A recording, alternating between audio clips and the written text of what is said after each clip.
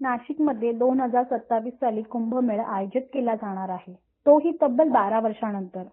त्यामुळे सर्वच भाविक कुंभमेळाव्याच्या स्वागतासाठी उत्सुक आहेत. कुंभमेळाव्यासाठी झाडांच्या कत्तली करणार अशी बातमी समोर आली आणि चहूबाजूने सरकारवर टीकेचा वर्षाव होऊ लागला. तपोवन परिसरात साधुग्राम उभारण्याच्या नावाखाली तब्बल 1800 झाडे तोडण्याचा प्रशासनाचा प्रस्ताव आहे.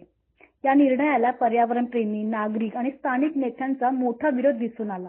वृक्षतोडीमुळे नाशिककर आक्रमक झाल्याचं आपल्याला पाहायला मिळालं. ही झाडे तोडल्यास पर्यावरणाचं आतोनात नुकसान होईल अशी भीती व्यक्त केली जाते. यामुळे 2027 साली होणारा कुंभमेळा आत्ताच 2026 साली ट्रेंडिंगमध्ये आला. तो वाद निवळतो ना निवळतो कुठे, आता भाजप आमदार नितेश राणे यांनी एक नवं वक्तव्य केलंय. नाशकात होणाऱ्या कुंभमेळाव्यात फक्त हिंदू स्टॉल लावतील. या वक्तव्यानं पुन्हा नव्या वादाला फोडणी मिळाली. यावर शिवसेनेचे आमदार संजय शिरसाट यांनी काय प्रतिक्रिया दिली आहे पाहूया. तुम्ही या. अनेक दिवसाच्या प्रतीक्षेनंतर परळीमध्ये आज साईबाबांचं मूर्तीची प्राणप्रतिष्ठा झाली. मलाही त्यांनी आग्रह केला होता की आपण या कार्यक्रमाला यावं.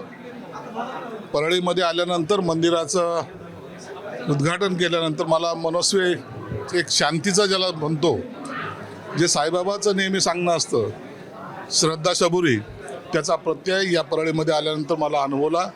म्हणून आज आम्ही सर्व भाविक खुश आहोत. मला वाटतं त्यांचं श्रेय सर्व यांना आमच्या सहकार्यानं जातं.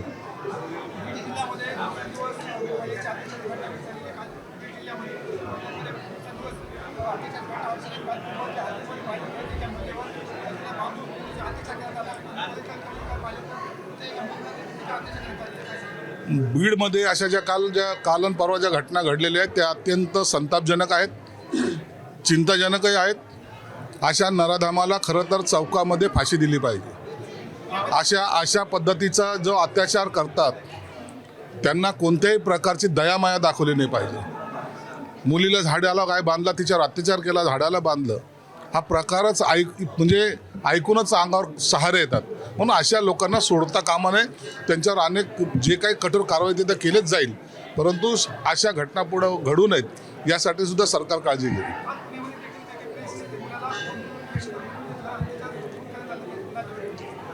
हे सायको ज्याला म्हणतात ना, मानसिक संतुलन बिघडलेले काही जे लोक आहेत समाजामध्ये, त्यांच्याकडून असे प्रकार घडतात आणि यांच्यावर आता पोलीस सुद्धा कारवाई करते. परंतु दुर्दैवानं महाराष्ट्रासारखा संस्कृत महाराष्ट्र ज्याला आपण म्हणतो, त्यामध्ये अशा घटना घडणं हे आपल्यासाठी सुद्धा एक आपल्यावर सुद्धा कलंक आहे.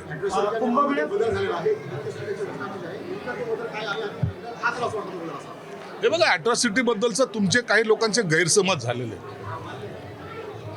मी उद्या विधानसभेमध्ये सुद्धा त्याच्यावर निवेदन करणार आहे. अॅट्रॉसिटी कायद्यामध्ये कुठेही बदल झालेला नाहीये. मी काल सभागृहात सुद्धा हेच बोललो की जेव्हा गुन्हा दाखल होतो त्या टायमाला आयोग, ज्याला तपास अधिकारी म्हणतात, तो त्या गोष्टीचा तपास करून ताबडतोब गुन्हेगार जो असेल त्याच्यावर त्याला अटक करेल. आणि म्हणून त्याच्यासाठी मी काहीतरी कायद्यात बदल करायचा मला अधिकार तरी आहे का? आणि म्हणून हे जे गैरसमजुतीने किंवा लोकांकडे हे जे काही व्हायरल केलं जातं, चुकीचे समज पसरवले जातात, हे अत्यंत चुकीचे. दुसरी गोष्ट महत्त्वाची, मी समिती नाही तर आयोग नेमायचं बोललो. आयोगाचं काय काम असतं? जसा महिला आयोग आहे तसा अनुसूचित जातीचा एक आयोग नेमायची केंद्र शासनाची जी काही डायरेक्शन, त्यानुसार आम्ही जाहिरात काढून आयोगाची स्थापना करतो. त्या आयोगामध्ये अध्यक्ष, रिटायर IPS आणि IAS अधिकारी आणि एक अशासकीय सदस्य, अशी ती कमिटी जे दलित बांधवावर अन्याय अत्याचार होतात किंवा जे प्रकरणं पेंडिंग आहेत त्याच्यावर सुनावणी घेणं, जो दोषी असेल त्याच्यावर कारवाई करणं, हे सर्व अधिकार त्या आयोगाला प्राप्त होतात.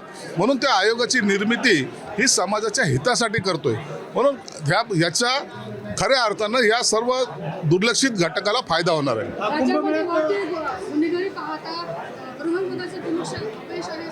नाही, गृह खातं हे अत्यंत आता जोराने काम करते. तुम्ही पाहिलं असेल, कोणताही एखादा जर गुन्हा झाला तर 24 तासाच्या आतमध्ये त्या सर्व घटनेचा ताबडतोब तपास करण्याचं काम ही यंत्रणा, पोलीस यंत्रणा करते.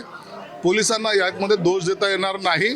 पोलीस अत्यंत जलद गतीने आता काम करायला सुरुवात केलेली आहे आणि म्हणून आरोपीला तात्काळ अटक सुद्धा होते. कुंभमेळ्यात केवळ हिंदूंनी स्टॉल लावले, इतर लोकांचे स्टॉल मी लावू देणार नाही असं नितेश राणे म्हणाले. मी स्वतः मंत्रालयात बसलो असं ते म्हणाले. असं नसतं. स्टॉल तिथे कुणाचे लावायचे, काय लावायचे हा तिथलचा प्रशासनाचा प्रश्न आहे आणि या स्टॉल लावण्याला बंदी घालणं हे मला वाटतं तसं योग्य होणार नाही. अबू आझमींनी आयोजित केलेल्या इफ्तार पार्टीमध्ये संजय राऊतांनी हजेरी लावली. संजय राऊत सगळीकडे जातील ना. ओएसीने उद्या पार्टी दिली तर तिकडे जातील. त्यांचं काय, त्यांना ना पक्ष राहिला ना धर्म राहिला ना काय कोणती नीतिमत्ता राहिली, ते तिकडे जातील. परंतु अशा प्रकारचं किती जरी त्याने चांगुलपण केलं तरी मुस्लिम मतं त्यांना मिळणार नाहीत.